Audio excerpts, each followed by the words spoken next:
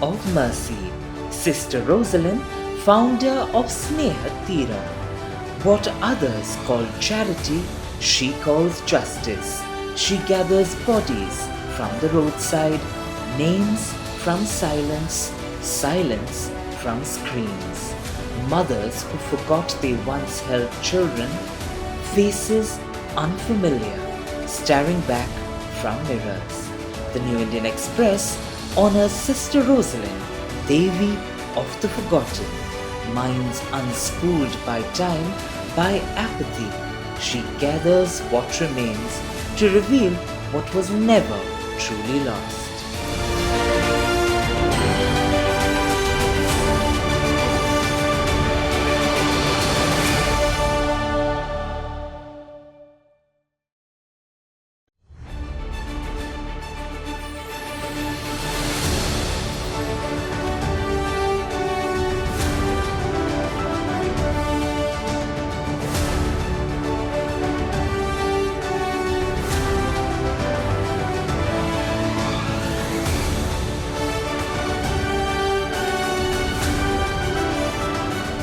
Rosalind, before you say something, I'd like to ask you to offer a prayer for us, for humanity. I think we're so troubled right now. There was one prayer that you could offer us. Speaking in Malayalam? Yes, please. സ്ട്രീറ്റിൽ കിടക്കുന്ന സ്ത്രീകളും കുഞ്ഞുങ്ങളുമാണ് എൻ്റെ സമ്പത്ത്. ആർക്കും വേണ്ടാതെ തെരുവിൽ അലഞ്ഞു തിരിയുന്ന മാനസിക രോഗികളായ psychiatry patients, അവർ ഇല്ലീഗലായിട്ട് pregnant ആവും, അവരവിടെ വന്ന് പ്രസവിക്കും.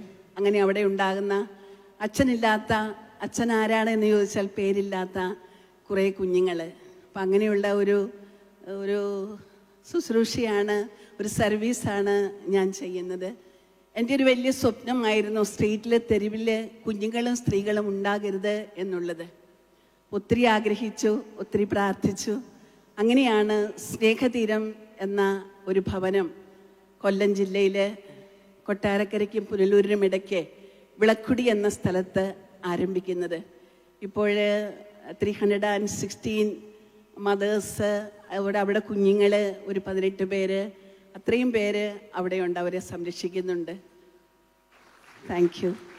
എന്നെ ഈ അവാർഡിന് തിരഞ്ഞെടുത്തതിന് ഒത്തിരി നന്ദി. എനിക്ക് തന്നെ അറിയില്ല ഇത് ആരാണ് എൻ്റെ പിന്നിൽ പ്രവർത്തിച്ചത് എന്ന്. Okay, thank you so much. God bless you. Thank you. We need all the blessings. Thank you. Okay, good evening. First of all, congratulations for receiving such a prestigious award. So, how does it feel, to get Baby Award? എനിക്ക് ശരിക്കും വിശ്വസിക്കാൻ പറ്റില്ലായിരുന്നു ഇങ്ങനെ ഒരു award എന്ന് പറഞ്ഞപ്പോഴേ. പിന്നെ ഇത് എന്താണെന്ന് പോലും എനിക്ക് അറിയില്ലായിരുന്നു ദേവി അവാർഡ്. പിന്നെ ഞാൻ നെറ്റിലൊക്കെ സെർച്ച് ചെയ്ത് അങ്ങനെയാണ് ഞാൻ കണ്ടുപിടിച്ചത്. ഒത്തിരി സന്തോഷം. ശരിക്കും ധാരാളം പേര് ഈ ലോകത്തിലുണ്ട്, എന്നിട്ട് എന്നെ അതിന് തിരഞ്ഞെടുത്തതിൽ ഒത്തിരി നന്ദി, കടപ്പാടും ഒക്കെ അറിയിക്കുകയാണ്. ഹൃദയം നിറയെ നന്ദി, സ്നേഹം. മാമിൻ്റെ ജീവിതത്തിൽ മാം ആരെങ്കിലും ഒരു ദേവി എന്നുള്ള ആ ഒരു പദവി അല്ലെങ്കിൽ ആ ഒരു ടാഗിൽ ആരെങ്കിലും കണ്ടിട്ടുണ്ട്? ഞങ്ങളുടെ ഇതിലെ കൺസെപ്റ്റിൽ പരിശുദ്ധ മാതാവ്, കന്യകാമറിയം, എന്നെ സംബന്ധിച്ചിടത്തോളം ഒത്തിരി പാഠങ്ങൾ ഞാൻ പഠിച്ചത് ആ മുഖത്ത് നിന്നാണ്. അത് കഴിഞ്ഞ് പിന്നെ മദർ തെരേസയുടെ ലൈഫാണ് എന്നെ ഈ ഒരു മിഷനിലേക്ക് എന്നെ തിരിച്ചു വിട്ടത്. മദർ തെരേസയാണ് എൻ്റെ മോഡല്. അതെ, അപ്പം മദർ തെരേസ തന്നെയാണോ അതായത് മാമിനെ ഒരു ഇൻസ്പയർ ചെയ്യുന്നത്, മോട്ടിവേറ്റ് ചെയ്യുന്നത്? മദർ തെരേസയാണ്. അത് ഒന്ന് ഇലാബറേറ്റ് ചെയ്യാമോ? എങ്ങനെയാണ് ആ ഒരു ഇൻസ്പിറേഷൻ? മാമിന് ഒരു സോഷ്യൽ റെൽമിൽ മാം വർക്ക് ചെയ്യുന്നുണ്ടല്ലോ, അപ്പം അതിലേക്കുള്ള ഒരു മോട്ടിവേഷൻ എങ്ങനെയാണ്? ഞാൻ സ്ട്രീറ്റിൽ ചെറുപ്പത്തിലേ എനിക്ക് വലിയൊരു ആഗ്രഹമായിരുന്നു ഒരു സിസ്റ്റർ ആകണം, അല്ലെങ്കിൽ സ്ട്രീറ്റിൽ കിടക്കുന്നവരെയൊക്കെ സംരക്ഷിക്കണം, അല്ലെങ്കിൽ വിദ്യാഭ്യാസം ഇല്ലാത്ത കുട്ടികളെയൊക്കെ പഠിപ്പിക്കണം. അപ്പോൾ ഇങ്ങനെ ദൂരെയൊക്കെ ഇങ്ങനെ മരച്ചുവട്ടിലിരുന്ന കുട്ടികളെ പഠിപ്പിക്കുന്നതൊക്കെ ഞാൻ അതൊക്കെ വായിച്ചിട്ടുണ്ട്. അപ്പോൾ എനിക്കും അതുപോലെ ആർക്കും വേണ്ടാത്തവരെ സംരക്ഷിക്കണം എന്നുള്ളൊരു വലിയൊരു ആഗ്രഹം എനിക്കുണ്ടായിരുന്നു, ചെറുപ്പത്തിലേ ഉണ്ട്. അപ്പോൾ അതിങ്ങനെ ദിവസം ചെല്ലുന്നവർ ഇതിനെ വളർന്ന് വന്നു. പിന്നെയാണ് ഞാൻ മദർ തെരേസയെക്കുറിച്ച് അറിയുന്നത്. പുസ്തകം വായിച്ചു, പിന്നെ ഒത്തിരി കേട്ടു, നേരിൽ കാണാൻ പറ്റി മദർ തെരേസയെ. ഏത് ഇയർ?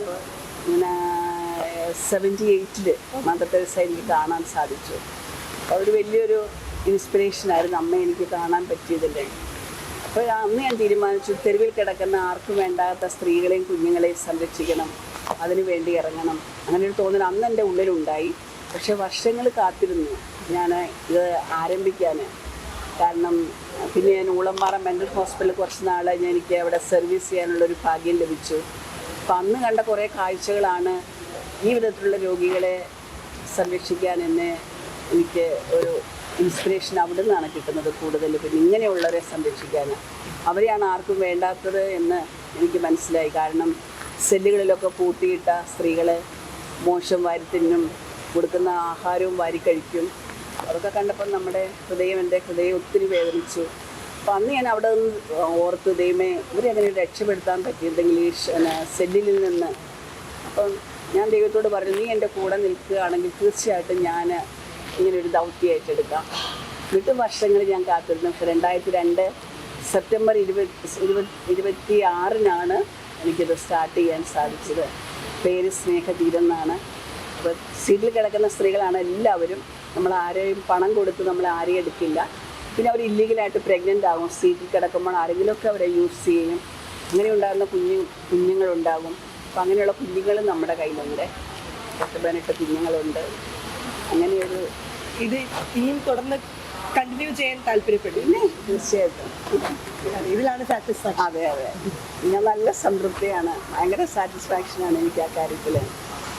ഒത്തിരി സന്തോഷമുണ്ട്.